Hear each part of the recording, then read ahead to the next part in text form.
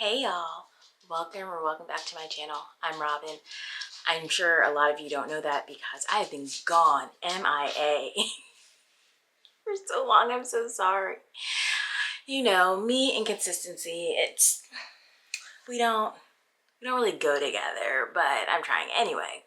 My birthday is coming up very soon. I was gonna say next Friday, not next Friday, but my birthday, July 1st. So it's coming up and I thought, you know what?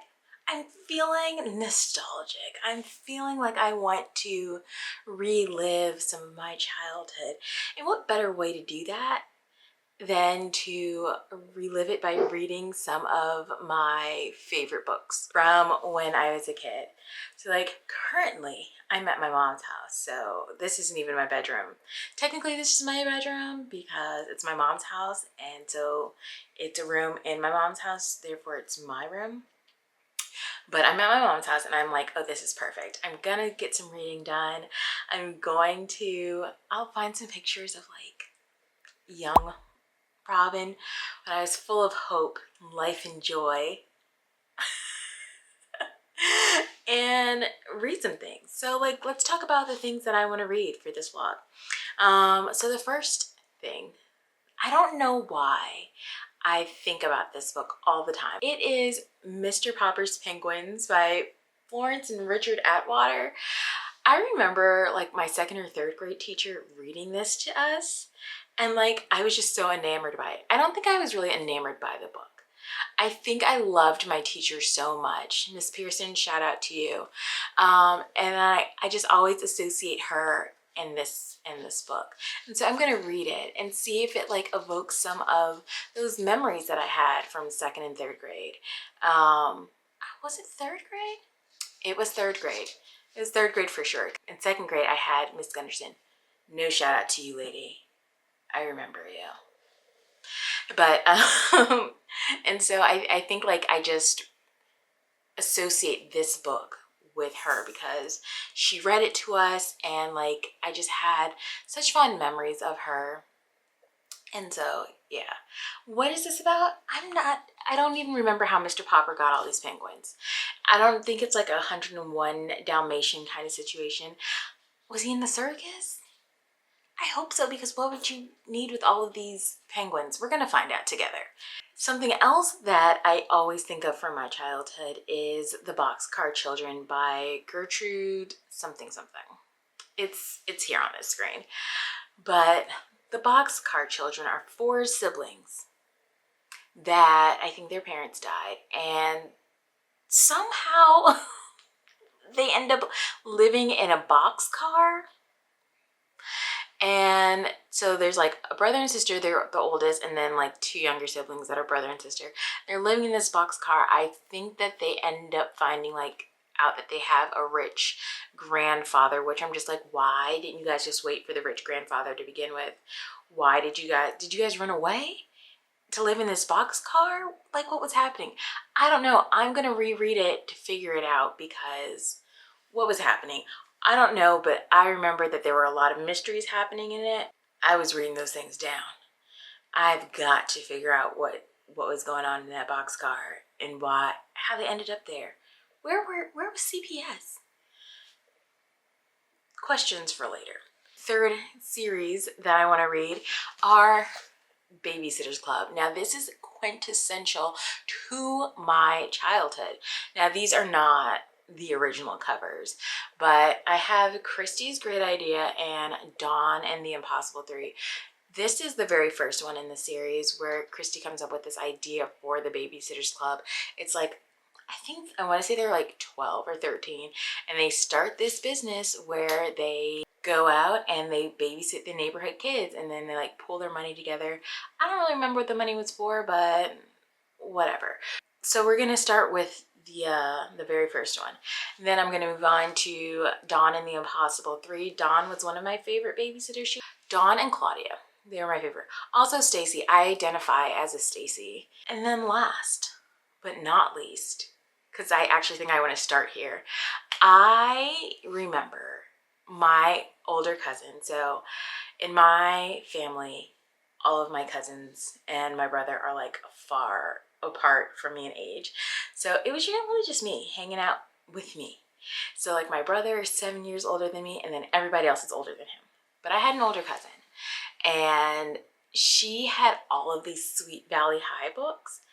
And for some reason I was like, I want to read them. If I read them, I'll be cool like my cousin. And so I read them. And as a child, should I have been reading Sweet Valley High? I don't know, maybe.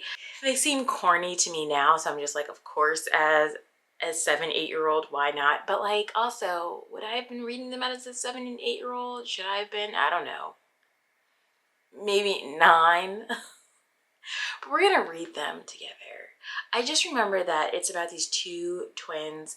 They're the Wakefield twins, and I think they're like super popular at their school. And I just remember there being a lot of boy drama and friend drama sometimes. So yeah, we're gonna start there because I'm really curious about Sweet Valley High. So I have the first one that I'm gonna read, and that's called Double Love. And I think that's just an introduction to like the Wakefield sisters and the whole series. And then I don't know, there's like 2 that I definitely want to read for sure. One is Wrong Kind of Girl, because I'm just like, I already know what's gonna happen. Like, she's a brunette, and so they're probably like, oh, she's not a good girl, and so we can't hang out with her. She's got a reputation for talking to boys. So I definitely want to read that one. And then there was like another one that was called like Where Love Goes to Die or something. Oh, When Love Dies. And I'm just like, this is so dramatic. Like, first of all, no one is dying. Second of all, it's high school. Like, relax. So those are kind of the 2 that I definitely want to read after I read the first one. We're just going to get into this. We're going to start with Sweet Valley High, the very first one, Double Love. Reintroduce ourselves to the Wakefield twins into like Sweet Valley. Is that the name of the town? I don't know. I actually can't remember anything about it except that my cousins had it. I remember the twins, and I wanted to read it because I want to be cool like my cousin. So that's where we're going with this vlog. And yeah, maybe I'll take you guys down memory lane with me. Some things that I loved as a kid. Some potentially embarrassing photos. We'll maybe see what my mom has to say about me as a kid. I'm sure she has nothing but good things to say. Okay, I know I was just here. I know I was just introing this, but I've gotten 1 chapter into this, and I had got thoughts already. So we've got these 2 twins, Jessica, Elizabeth. And I already prefer one twin over the other, and that's Elizabeth, because Jessica's a bitch. She's a bitch. Jessica, first off, starts off this book talking about how disgusting she is. Like, her hair is dull, and she's got like all this flabbiness everywhere. And Elizabeth is like, okay, but we're both like pretty and blonde and skinny. And then Elizabeth is also like, well, we're identical twins, so if you think you look disgusting, does that mean you also think I look disgusting? Because we look the same. But again, there's nothing wrong with Jessica because she is just the standard of like cute teenage 80s girl. So she's talking about how disgusting she looks. Elizabeth goes off into the bathroom. They get a phone call from this dude, Todd. Todd is apparently a very good looking guy at their school. And Todd is like, hey, can I talk to Elizabeth? And Jessica's like, why would he want to talk to Elizabeth? He could talk to me. So she's like flirting with Todd, although it's very clear that Todd is trying to talk to Elizabeth. And she justifies this by saying, well, it's not like he's her boyfriend. Girl, this is your sister. What? So then Todd is like, okay, well, I really just did want to talk to Elizabeth, but I guess she's not there, so I'll talk to her later. So then Elizabeth is like, oh, well, who's that? And Jessica's like, oh, it was Todd. He was just calling to say that he hopes that I get into this sorority later. So now Elizabeth is crushed because she also has a little crush on Todd, but now she thinks that Todd is trying to get with Jessica. So now she's just like, well, guess there's no hope for me. Jessica, girl, why are you like this? Why? And then, now this is where I'm just like, what is happening? So they are both going to find out today, like if they're going to get into a sorority. Why is there a sorority in high school? Did I miss something? Because my high school definitely did not have a sorority. And I'm just like, is this a thing? Was this a thing in the 80s for high schools to have sororities? They're like, this is the best sorority ever. Elizabeth doesn't even want to be in a sorority. She's only doing it because her and Jessica do everything together. And I'm just like, this is a little bit of codependency. And I think that you guys should just like separate, do your own thing. But like, Jessica wants to be in it because it's like the best. But apparently the best means like the snootiest and the snobbiest. And Jessica's like, yeah. And Elizabeth's like, I don't even want to be here. And so they're going to find out if they make the sorority. Which, again, why is there sorority in high school? Like I thought, this is going to be a very fast read. So I'm just going to like speed through this. Maybe give you guys an update in a little bit when I get to like halfway through. And I hope that Jessica redeems herself for being a bitch in the first 12 pages. Like, girl, what? Let's continue reading. Okay, so here's an update.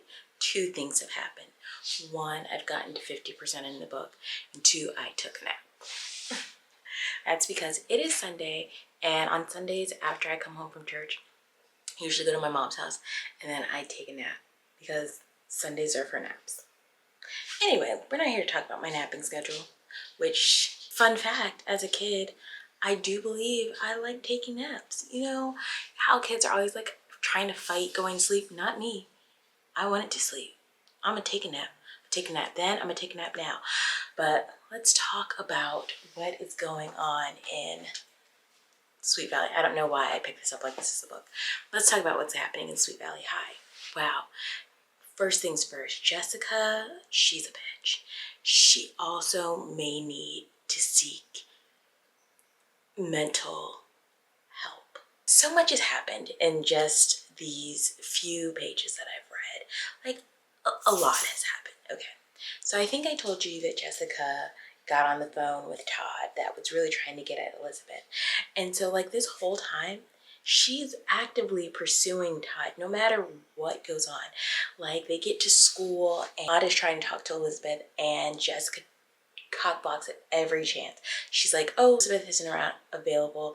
Elizabeth is right around the corner. Jessica and Elizabeth were supposed to ride home together in their red convertible. She forgets that Elizabeth was staying late and takes Todd home. And then like Jessica and Todd are talking and Todd is trying to brush her off. Like Jessica's like, oh, isn't it so sad that neither of us have dates for this Phi Beta dance or whatever? And Todd is like, yeah, that's crazy, but I'm sure you'll find someone. There's like a ton of guys that want to go with you. And like he's just trying to brush her off. And so Jessica gets upset. And as she's leaving school, she runs into the town bad boy, which I just think that this is hilarious. So the town is Sweet Valley, and it's like a pretty affluent town in California somewhere. And so she goes out, she sees this guy, Rick. He's the town bad boy. He dropped out of school just 6 months ago. He has a tattoo of an eagle on his arm. And she just gets into the car with him. They've never talked a day, ever. And she gets into the car with him, and then like he kind of drops her off, not close to her house, but like near it. And he's like, I'm gonna take you out on a date. And she's just like, okay. So she goes out on this date, gets assaulted by this guy, and then like it ends up in a cop car. I know this is so vague, and let me try to tell you, 10 out of 10 do not recommend. So bad. But gets in the cop car, and the cop is like, I really should tell your parents about this, but I believe in second chances, so I'm not going to tell your parents. And it's like, in fact, I believe that you are a friend of my niece. And he mistakes Jessica for Elizabeth. So he's like, so Jessica gets out of the cop car, and he's like, Don't do it again, Elizabeth. Jessica never corrects him at all. And so their nosy neighbor, who is also in Pi Beta Sigma, the sorority that they're trying to get into, sees Jessica getting out, hears the name Elizabeth, and it's like, Elizabeth is a bad girl. Next thing you know, they get to school and it's all over the campus that Elizabeth has been arrested. She has a parole officer. She is not a good girl. And Jessica is just like, ooh, yikes. That's tough nuts. Like, girl, clear your sister's name. So Elizabeth finds out what is happening and she's like trying to confront her sister about it. But every time she tries to confront her sister about something, Jessica just goes off the rails, starts crying or gets irrationally angry or just does anything to defer the argument. Jessica's a bitch. Elizabeth is a doormat. There are other problems happening in this family. The father potentially may be cheating. Everyone is concerned about it, but no one is talking about it. And I'm just like, what is going on in this? What is happening? Oh, also the brother, he is in college, but he has been coming home lately on the weekends. And everyone's like, why do you keep coming back? Like, live your life in college. They found out he's dating someone who's like on drugs and like sleeps with a lot of guys. Scandal could ruin the family reputation. What am I reading? I literally don't know what I'm reading. Also, the writing is not very good. Like, I don't know how many days, months, weeks have passed in between things. Like, is it hours? Is it days? Sometimes it's neither, sometimes it's both. Also, we're never gonna go back to Jessica being insulted by that man. We're just gonna gloss over that. I'm gonna continue reading now that I've awakened. I've got fresh vigor. Let's see where this takes us. Mommy, Mama, hi. Hi. What you doing? Tell the people. How wonderful you are. Yes, but more specifically, how wonderful I was as a child. As a child, she was very hard-headed, stubborn, wouldn't listen. Lies. All lies. She was the perfect daughter then and now. Truly, truly. Okay, tell them how much I love to read. Robin loves to read. In fact, she started reading when she was probably about a little 4.5, I'd say around about 4.5. Sometimes people couldn't believe that she was actually reading the books when they saw her until they actually saw her reading the words on the book. So she's always been an avid reader. I don't know where she gets that from, but... well, my mom is now a reader because Mama Reads has a library card and she's a reader. I used to read when I was very, very young, in my 20s or so. And then I guess, with Robin, and her brother, they just took up so much of my time that, I just kind of lost the passion for it. So I'm trying to start it up again. It will be nowhere near what Robin reads. I mean, her book collection is outrageous. Yeah, it's out of control. Yeah, I think so. But we'll see. One book a month, maybe two at the most. Thank you for letting the people know. Yes, but what you see is the true Robin. Loving, kind, generous. Do you hear that, group chat? Yes. Loving, kind, generous. Yes, just a wonderful soul. I couldn't ask for a better daughter. Thanks, Mom. Unless she came with like, $1 million or, $600 million. But other than that, I'll work on it. Yeah, she's... Your check will be in the mail. Thank you. You see? That was an update from my mom. So I've always been a reader. I'm a good reader. Not that you can be a bad reader. You can't. That's me. Then, now, perfect. But we're going to get back to not so perfect people and continue reading about these Wakefield twins because terrible. Terrible. So again, it's me. I'm done. I finished reading this while I was at my mom's house, but I didn't want to give an update while I was there. I was like, I'm just gonna come home. So I'm home. And wow, oh my God, what have I read? This girl right here, I would have loved to remember what she was thinking when she read this. She was probably like, wow, the drama. It's so grown up, because everybody needs help. Maybe this is where my hate for miscommunication stemmed from, because nobody talked to each other coherently in full sentences. No conclusions ever came to a head. Just all these assumptions were made, and I hated it. I hated every second of it. And I was gonna read another book in the Sweet Valley High series, but I don't think I am, because I hate it. Besides Jessica being a total cockblock for her sister and a bitch, and Elizabeth crying every 3 seconds instead of just like saying how she felt. Besides those very annoying things, you have the drama about the brother dating a girl from the wrong family. You have the parents potentially, the dad is potentially cheating on the mom, and the siblings are like, oh my gosh, everybody knows. But like, knows what? Because there's no cheating going on. There's slut shaming, fat shaming, all of these stereotypes about people. And I'm just like, I hate it. I hate it all. Every 3 seconds, Jessica is either angry, or she's extremely happy, or she's upset, or somebody has done something to ruin her perfect day. I'm like, girl, you need to be on meds. Seriously. Elizabeth never confronts her sister about any of the things that happen, although all of the things that happen to Elizabeth are because of her sister. And she's just like, oh, my sister's so sad, so I'm not even gonna say anything. I'll just let it go. And then her sister falsely accuses this guy of like being handsy and grabby with her, when that's not what happened at all. And so Elizabeth is like, I'm gonna believe my sister, which shout out to you for believing your sister.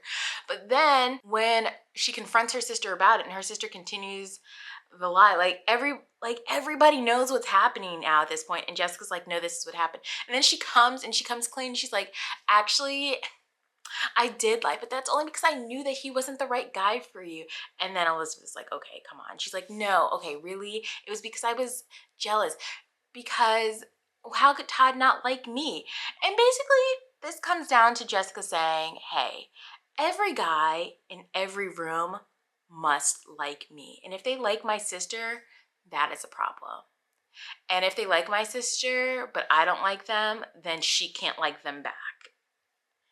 Jessica Wakefield, seek help. Elizabeth Wakefield, get some balls. Yeah, I'm not continuing on with this series, because no.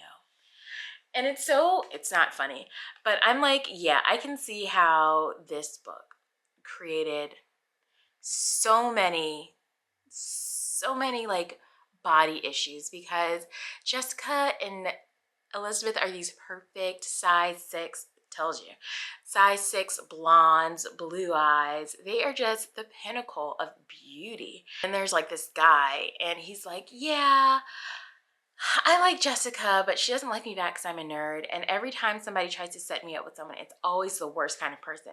And Elizabeth's like, that's not true. And he's like, sure it is. They always tell me that they have a great personality. And you know what that means? I'm going to read this to you. It means that always means 250 pounds and 2'5". I have to put her hamburger on the floor so she can reach it. But when Elizabeth said, laughing, because that's hysterical, looks aren't everything. I just, what is this book? Anyway, Francine Pascal, I hope you enjoyed your time writing these books terribly. And this makes me scared for everything else I'm gonna read, because sometimes it's best to just leave your memories in the past. Like, we don't need to revisit. This is why I don't reread things. We're gonna roll on with this and continue. Hello, it's another day. after I have wiped clear my mind of Sweet Valley High, although I have not wiped my mind clean of it because it's still lingering in my head about how terrible it was. Anyway, we're gonna move on. So today I feel like it's a really nice day. It's gonna be really, really hot today, like in the 90s. And it's just, I don't know, it feels like a nice chill vibe day. And so I'm gonna pick up the Babysitter's Club. I have the very first one, Christy's Great Idea, which starts off the Babysitter's Club because Christy had the great idea to start it. And then I have Dawn and the Impossible 3. I imagine she has to deal with 3 kids while she's babysitting. So I think that these will be fun to read. I'm a little nervous that I am not gonna love them as much as I did as a kid.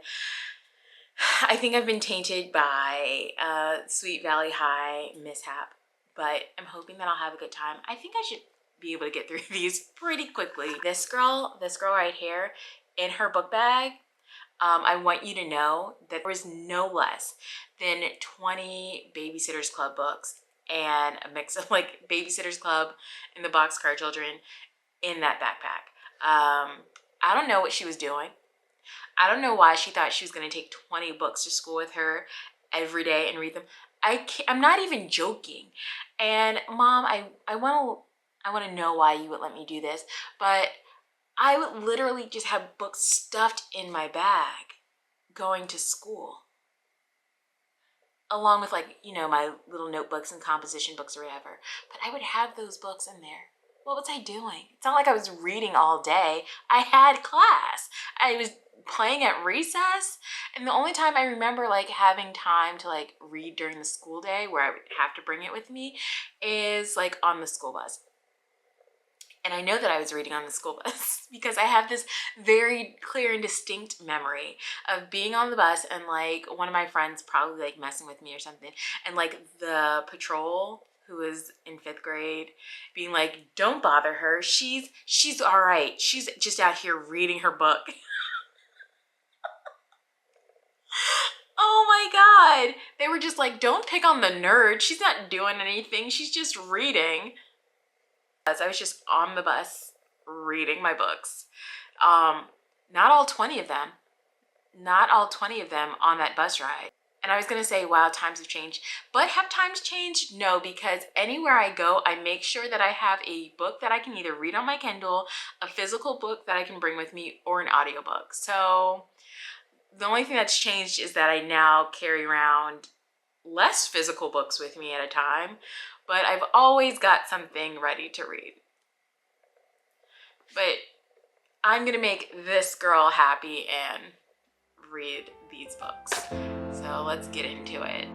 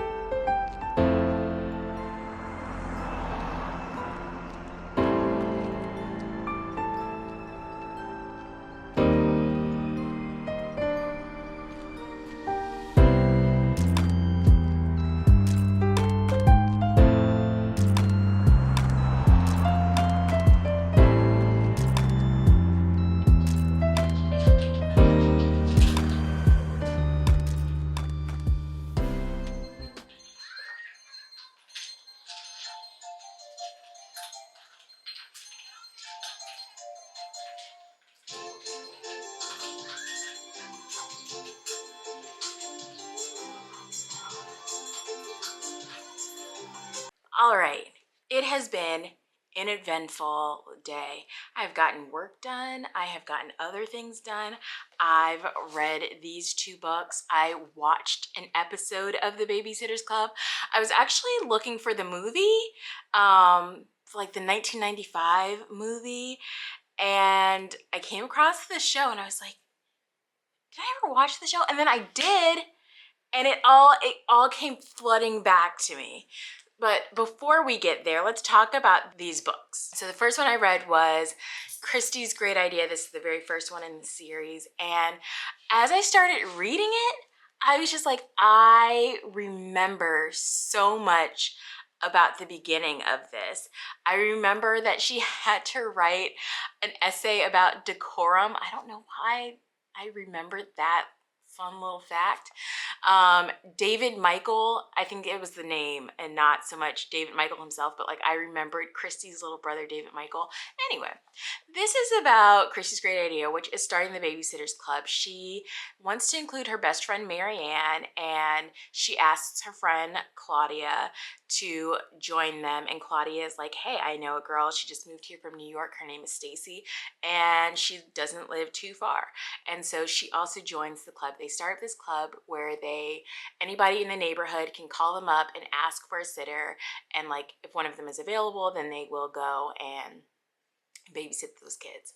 And so like, even though you're going on the adventures with each of them as they go to babysit different families around, you're really focusing on like what's happening with Christy. Her parents have gotten divorced like a year ago, and so she's like having these conflicting feelings because her dad doesn't call, he doesn't write, he like forgets them a lot. He's moved away, so she's just like, you know what, I'm just getting used to my new family unit with my mom and my brothers. And then Christy's mom starts dating someone, and she's just like, I'm gonna not like him. But then he's got two little kids. She ends up really liking them because she ends up babysitting for them. They have some friend conflicts that they have to go through. Christy's problem is that she's just very outspoken and doesn't always think about what she's saying. Stacy's got a secret that she's kind of keeping from the group because she's not sure how they'll react. Claudia is in a different phase in life where she's a little boy crazy, and she's also just like really into her art. She's having conflict with her parents, and she also has conflict with her sister, who is a literal genius. And so she's just like, I'm never going to compare to my sister. And then Marianne is battling with her own parents, well, her own dad, trying to establish herself as not a kid anymore because her dad is like, oh, well, you need to keep your hair in pigtails and wear these dresses. And she's just like, but I'm a big kid now. I'm 12. I think they're 12. Yeah, they're like in 7th grade or something. And yeah, I think this was just a fun time. And then I hopped right on and I got into Dawn and the Impossible 3. This one was a little more. You've got Dawn. She's a new addition to the Babysitters Club. And she and Marianne have become very, very close. And some of the jealousies that creep up amongst some of the other girls with her. And also, she has just kind of adopted a new family. Like, they really love her.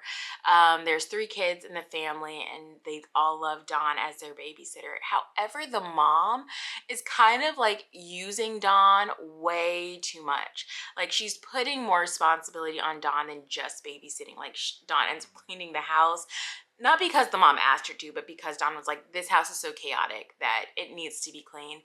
She takes on more responsibility with the kids. The mom never really says, like, gives Dawn instructions on how to take care of the kids. And she's just like, whoa, this is too much. And the other girls rally around Dawn and like, you're taking on a lot. And this lady has been asking you to babysit a lot of days out of the week. And like, if you don't want to do it, tell us and we'll make sure that you don't have to. And I thought that was really nice, like just having friends stand up for you when you're just like not sure what to do. Then this all comes to a head when there's an incident with one of the kids that she's babysitting from the family. And she has to confront the mom and say like, hey girl, you need to step up and be the mom, because in this family, they are dealing with parents that are being divorced. Yes, it was like the beginning of people really, really getting divorced. So like, we talk about different family dynamics, like parents being divorced. Christy's parents are divorced. Dawn's parents are divorced. Marianne's mother passed away. And Claudia, I think Claudia and Stacy's parents are like together, but like even still, you see different kinds of dynamics with parents and families and blended families. And I just think like that's nice. You get a different flavor with each girl. That's also fun. And it was just a really, really good time. And then I get to watching the show, and the very first episode, and I could not believe how much of it I remembered. And like Claudia finds this note in a secret passageway in Dawn's house, because she has this house from like 1795. It's a note from this girl Bettina, and it's like, I never took your ring, and she's talking to her sister. And it mirrors what Claudia is feeling with her own sister, and that like she doesn't really understand her sister and they're always butting heads. And so she kind of projects this onto this letter that she finds about Bettina.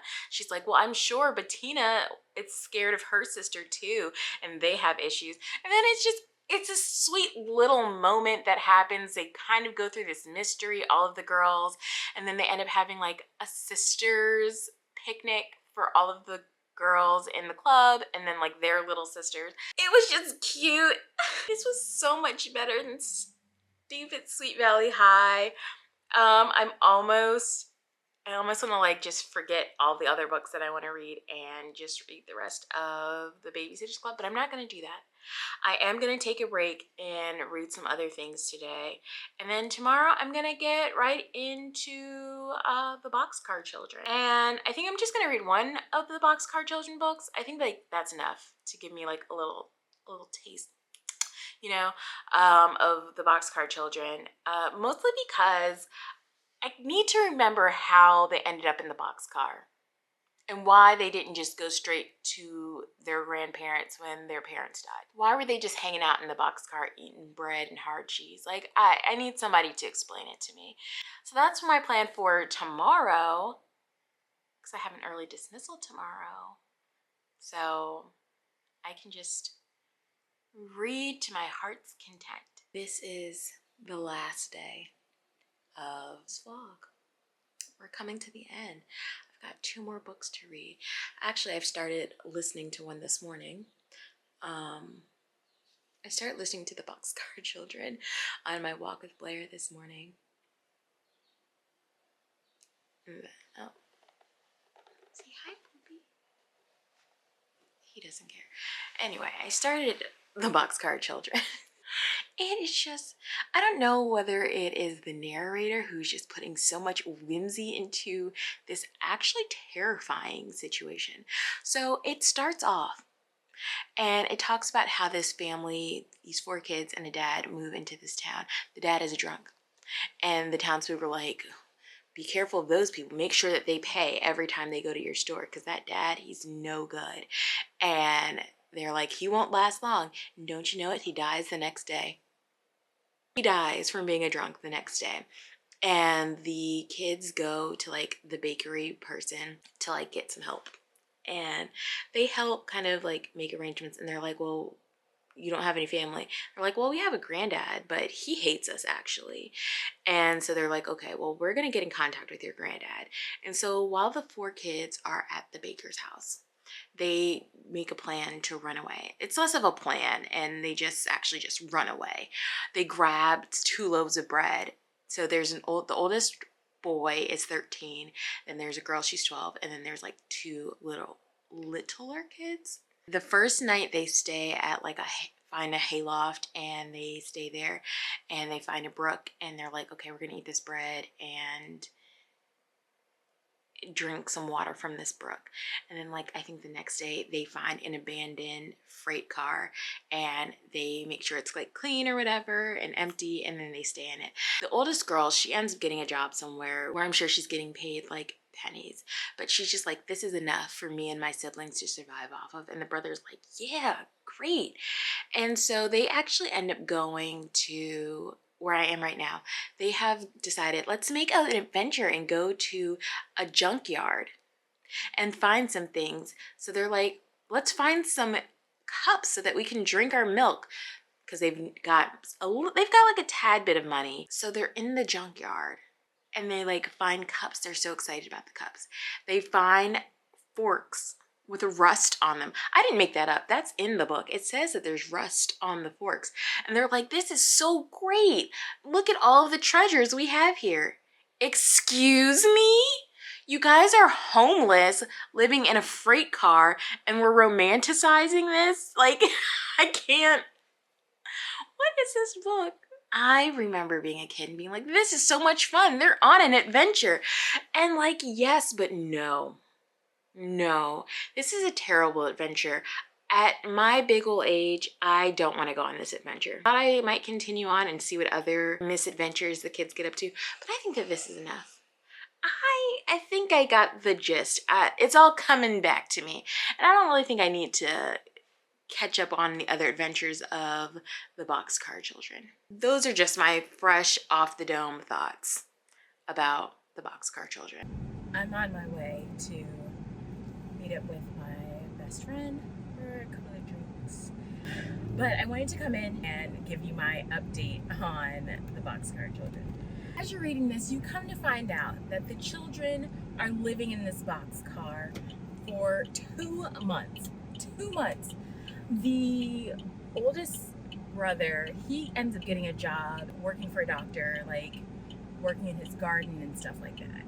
And then like he's getting paid like maybe $1 or $2. I had to go back and look. This was like made in 1946, so I guess $1 was a lot of money back then. They're buying bread and butter, milk. Every once in a while he gets some things from the garden that he's tending, like potatoes, and I guess they also have cherries. So let's fast forward. The grandfather puts an ad out for the kids, like, hey, I'm looking for my grandkids. If you find them, help me. Now, mind you, there's like one day Henry, the oldest kid, goes to work. The doctor's like, hey, we have our annual race day. Why don't you just go hang out at the race? In fact, go to the race, tell me who wins. And Henry's like, all right, I'll go. He goes and he actually enters the race and wins, and the prize is $35. And when he goes to collect his prize, he unknowingly meets his grandfather, who's like the town millionaire. He doesn't know that that's his grandfather. The grandfather doesn't know that that's his grandson. And then one day, one of the younger kids gets really, really sick, and they're like, we've got to risk it. Like, we don't really want to go to the hospital because then people will know that we exist, and we'll have to give them a name, and our grandfather will find us. And so they take them to the doctor, and the doctor's like, yeah, she has bronchitis and she's got to rest. So he ends up calling the grandfather, and the grandfather comes, and it's just like, okay, don't tell them that you're the grandfather because they may run away again. But like the kids get to know him, and they're like, oh, we love this kindly old man. He's so much fun. And then they're like, surprise, this is actually your granddad. Like, oh my gosh, all this time we thought you were mean and you hated us. And he's like, well, why would you think that? And they're just like, I don't know. Things turn out grand. And the whole time, the doctor knew that the kids were living in the boxcar. And the grandfather's like, why didn't you tell me earlier? He was just like, I wanted to see how long they would last on this adventure. Sir, get the fuck on. Why did you not tell that man that his grandkids were here all this time so that you could see them live in a boxcar? They were sleeping on pine needles and hay. And as a kid, I could see how this like seems like a fun adventure. Like, oh yeah, let's go live in the woods for X amount of days or whatever. And then, but like as an adult, it's just like, no. There's so many things wrong with this. But like, it's still a cute little fun adventure, I guess. Yeah, I don't think I have the urge to read any more Boxcar Children books.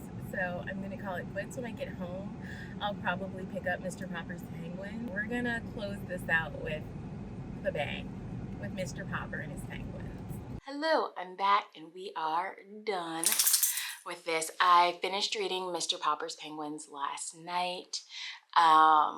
So I was proud of myself because I came back from happy hour and I did indeed read the thing I said I was going to read. I didn't give you guys an update last night. One, it went so fast, and two, by the time I was done reading it, it was like late, whatever. But I did finish this and I'm glad that I saved this one for last. I had such a fun, silly little time with it. Mr. Popper is enchanted with different places around the world. He lives like in this place called Stillwater or something. But like some little town in the Americas, probably like Connecticut, maybe. Anyway, it doesn't really matter where he lives. What matters is that he's a painter from like spring until fall, and then once the fall ends, he doesn't really have work to do because nobody really wants their kitchens and houses painted and wallpaper up. So his wife is like, what are we gonna do for money?